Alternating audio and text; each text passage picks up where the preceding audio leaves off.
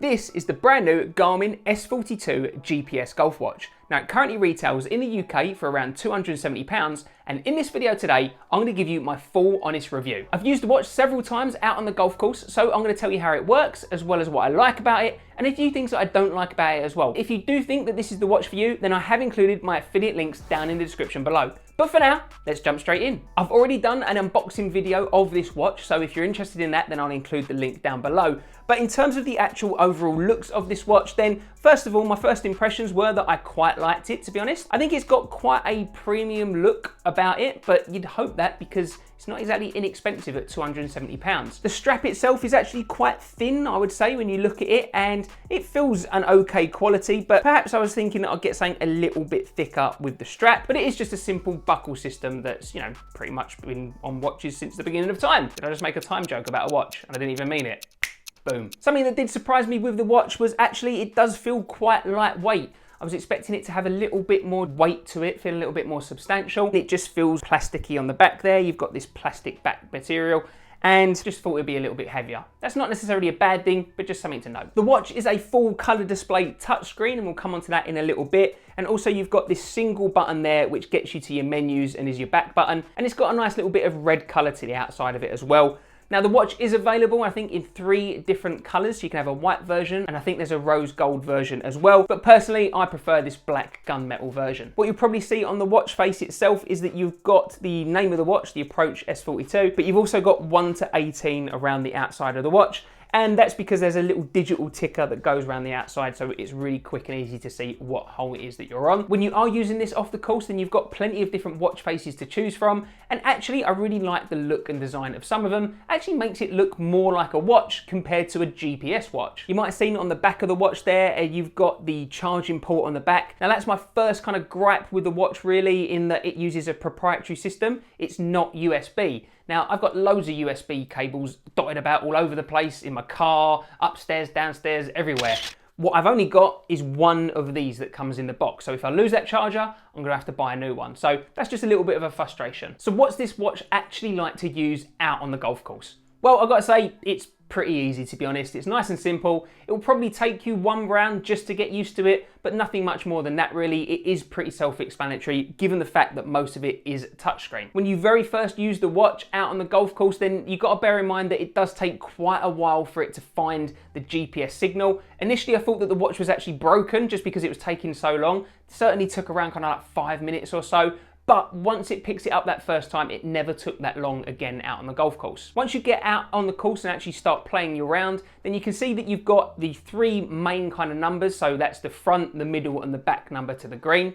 And also what you can do with the watch is if you tap on the green, then you can move the pin about as well. So you can get a specific yardage to where you think the flag is when you actually see it on the green. Now, personally, I don't really use that. Generally, I just kind of play to the back yardage of a green anyway, but it's there if you want it. The watch comes with over 40,000 courses preloaded onto it. Once you've hit a shot, the watch does have some tracking capabilities to it, and so you can see the distance of your previous shot. It comes up as a little banner at the top of the watch there. It's nice and easy to see. The watch can also tell you distances to the front and to the back of various hazards on the course. What you do is kind of swipe down on the watch face or click on the bottom button as well. And then you get this kind of graph approach. You can see here that you've got all these different colored lines, and it tells you to the front and to carry various hazards as you go along. And it'll also give you your yardages to lay up as well. Now that takes a little bit of getting used to, kind of certainly a couple of rounds, but once you get used to it, then you're fine with it and it gives you those yardages, but it's not necessarily the most intuitive way of showing that information. There's also other things that the watch can tell you out on the course, such as sunrise and sunset. And personally, I've never really bothered using that feature at all, and I don't think I ever will do, as well as other screens such as how long your round's taken. Once you get to the green, the watch face changes and you can enter the number of putts that you've taken, and you enter your score for the hole as well as any penalties that you might have taken. So the watch can actually keep track of your score, and you can choose to set it up on a Stapleford or on a stroke play scoring system. Now, interestingly, there is some functionality to give you some statistics as well. However, with this being the S42 and not the S62,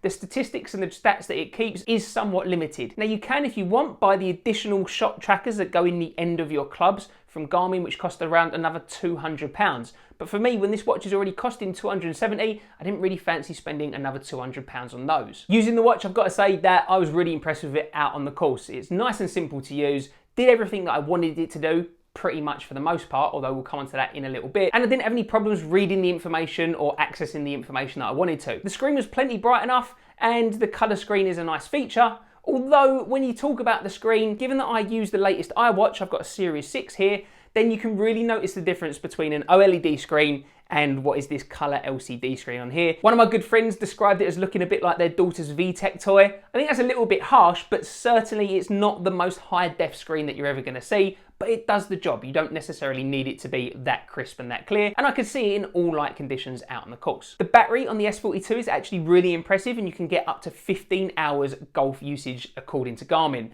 Now, I've got to say that I used it for 2 rounds generally, and I could easily get 2 rounds before it needed charge. I could push at 3 rounds potentially, but I wouldn't really want to do that because I wouldn't want it to run out of charge towards the end of my round. But for me personally, 2 rounds of golf, plus having plenty of battery remaining to have a few days on standby as well, is plenty enough for me. After the round, you can connect your watch to the Garmin app and you can upload the data onto your phone. And then that means that you've got some stats and some figures, and you'll be able to track and record them as you play golf. Now, as I mentioned, they are kind of limited really, only really kind of detecting your tee shots as well as your approach shots. And also you can't specifically record bunker shots on the watch. It automatically picks them up, and I found that that's a little bit hit and miss as well. Now, if you're looking for full-blown stats, then to be honest, you're probably going to have to buy the extra club trackers that cost a couple of £100. And in that case, you're probably going to want to consider something like the ShotScope V3 as well, which is considerably cheaper at only £180. So if you are interested, I've done a full review of that GPS watch as well. I'll include my link down below. Generally, I like using this watch out on the golf course, but there are a few things that kind of bug me about the watch as well, and I think you should know before deciding whether or not you want to buy this watch. Now, I've already mentioned about the proprietary charger on the back, which is a little bit annoying, but another thing I wanted to talk about is actually linking this to your phone, because one of the features of the watch is that you can get your notifications from your phone and they come up on your watch. Now, that potentially sounds like a really good feature, so long as you've got a phone that's compatible, and I use an iPhone and it works absolutely fine. Well, I say it works absolutely fine in that, yes, I get all of my notifications from my phone onto my watch, and there's a vibrate alert that kind of lets me know when they pop up. However, I get all my notifications, literally everything. Every single notification will ping up from my phone onto my watch. And for the life of me, I cannot figure out how to reduce it, because I just want to know my text messages and my phone calls. I don't care about my Clubhouse notifications, and I don't care that my watch needs an update later that night.